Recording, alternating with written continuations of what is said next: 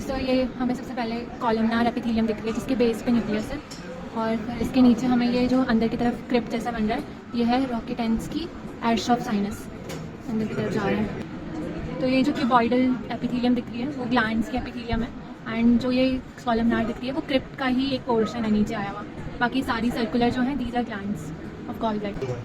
तो ये हम ऊपर वाली लेयर से नीचे की तरफ जा रहे हैं। सबसे पहले एपिथेलियम है, इसके नीचे नीचे गए तो एक ग्लैंड्स ही दिख रही है हमें, यानी कि अभी हमें म्यूकोसा वाली लेयर में ही है।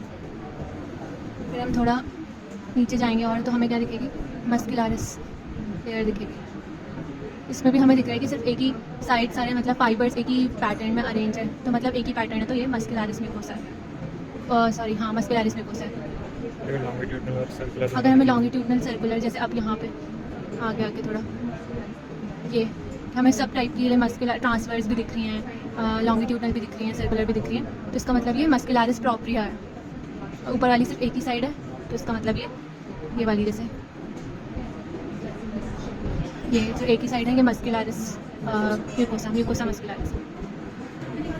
ये हमें बहुत सारे लिम्फोसाइट्स दिख रहे हैं, तो ये पूरे जो लिम्फोसाइट्स हैं क्योंकि हम मतलब वैसे डार्क से पर्पल कलर का न्यूक्लियस इनका दिख रहा है, तो ये सब जगह फैले हुए हैं सारी लेयर्स में, तो इसका मतलब ये कैसी है, ट्रांसम्यूरल लिम्फोसिटिक इन्फिल्ट्रेशन हो रखा है इसमें, सब जगह सारी लेयर्स में फैले हुए हैं।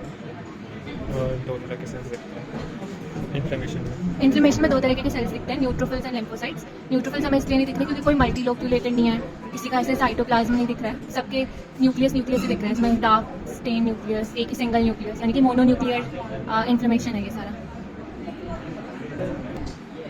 क्योंकि ये जो सेंटर वाला स्ट्रक्चर है, क्योंकि एक तो ये बहुत थिन वॉल्ड है, इसमें जो ये ग्रैन्यूल्स दिख रहे हैं वो थोड़े से ब्राउन कलर के और थोड़ा येलोइश टिंज दिख रहा है इसमें, तो इसका मतलब हमारी बाइल डक्ट हो सकती है गॉल ब्लैडर में। Cystic duct basically, cystic duct होती है ना गॉल ब्लैडर में, सिस्टिक डक्ट लेफ्ट में और राइट में जो है ये आरबीसीज हैं, ये पिंक कलर के दिख रहे हैं और सेंटर में ब्राउन कलर है, तो इससे पता चल रहा है ये बाइल पिगमेंट प्रेजेंट है यहाँ पे।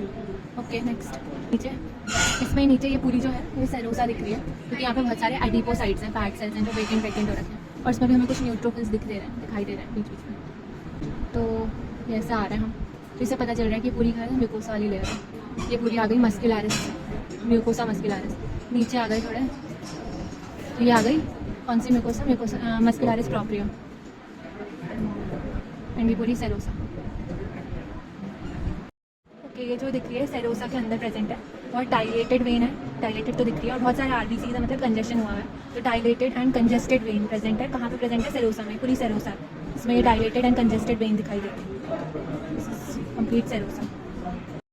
ओके, जो ये दिख रहा है आप सेरोसा लेयर में, ये नर्व बंडल है जिसकी थिकनिंग हो रखी है, तो कैसे पता चल रहा है कि नर्व बंडल है कि इसके जो न्यूक्लियस है बहुत वेवी से न्यूक्लियस है ना, बहुत फ्लैटेंड और वेवी हैं, तो ये सेरोसा लेयर में प्रेजेंट है। Thickening of the nerve bundle, हाँ थिकनिंग ऑफ नर्व बंडल।